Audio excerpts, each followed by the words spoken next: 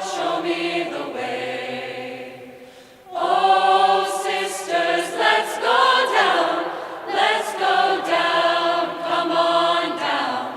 Oh, sisters, let's go down in the river to pray. Kizito, omwana mukwano gwa Yezu n'abantu bonna, naddala abaana abato, azaalibwa mu kika kya Mamba, muzzukulu wa Gabunga Ebuwaya, musiga lya Mulwana Essuka, ng'ogenda Bubebbere mu Busiro, Buyege Parish. Kitaawe ye Mukulu Lukomera, eyabatizibwa n'atuumibwa Yowaana Batisita. Yafiira Kyawanga Bulemeezi, omulambo gwe ne gutwalibwa Essuka, gye gugalamidde. Nnyina w'Omujullizi erinnya lye Wangabira Wafumbe. Kizito yazaalirwa Bulemeezi mu kyalo Luleeta okuliraana Nandere Parish. Omwana n'akulira mu kisaakaate kya kitaawe Omutto, omwami Nnyika Omuyonga, omuzira Nalukalala. Yali avudde mu Bwannamutwe ng'ayidde obwakkangaawe Buzinde. Omwami oyo yali mukwano gw'abasaseredooti nnyo, era abaana be mwe muli abaasooka okusoma nga Paulo Nalubandwa eyaggulira abasomi b'Ekikatoliki bonna, ne Yowaana Fuwuke ne Kizito waffe. Ew'omwami eyo Kizito gye yava okusigibwa mu lubiri lwa Ssekabaka Mwanga II, Kabaka n'amuganza nnyo kitalo.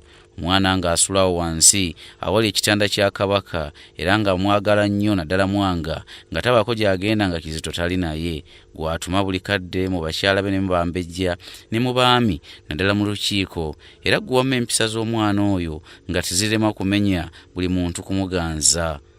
Leero no Reverend Father Mapeera togamba amuyita Kizito, omwana wange kabiite, yazannyanga nakyo nga jjajja bw'azannya n'ekizzukulu kye. Kyali kirenzi kito, kigimu, kiddugavu, kimpi, ennyindo ntono, ekyenyisi kigazi, kya lubiri, amaanyi mu kiwago, embiro, obusanyufu n'okusekereza, obunyumya n'okuzannyirira, obujagujagu n'okwekolaakola obuntu, amagezi, eggonjebwa, obuwulize n'okukola emirimu, obwangu gye bamutumye n'okusa omwoyo ku bye bamulagidde, byonna ng'obisanga mu Kizito. Ddini yagikwatira ku Yozefu Mukasa ne Kaloli Lwanga, leero ne yeekwata Kaloli Lwanga obuterekereza mu byonna, nga ye mukuumi we, ye mubuulirizi we, ye musomesa we, buli eyalaba ku Kizito amulojja butamala. Katekisimu yagikwata mangu n'agikalangula, naye abakulu nga batya okumubatiza amangu olw'okulaba ng'akyali muto nnyo ate nga Kabaka ayinza okumutiitiibya. Ne batya litalirema ate kumusuuza Ddini, so nga ye kye yeegomba batiisi mu kitalo.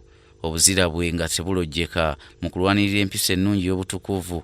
Kaloli Lwanga ng'abawambaatiranga enkoko bewambaatira obwana bwayo, n'okubatta mu bujulizi abalenzi abataabe ekyabassa si kirala wamu ne Kaloli waabwe ne Yozefu bali ku ddembe, kubanga balwanirira bannaabwe okubataasa.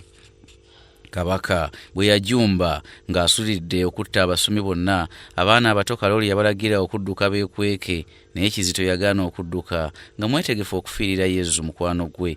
Era Kabaka okubakunga okugenda okubasalira omusango n'okuva mu maaso ga Kabaka ng'abatwalina mugongo, n'ebbanga lyonna lye baamala nga bakyeteekateeka eky'okubookya, n'ekkoomi kwennyini Kizito ng'ali mu kwesekera, asoma essaala ze, agumya banne, alindirira ggulu eri Yezu.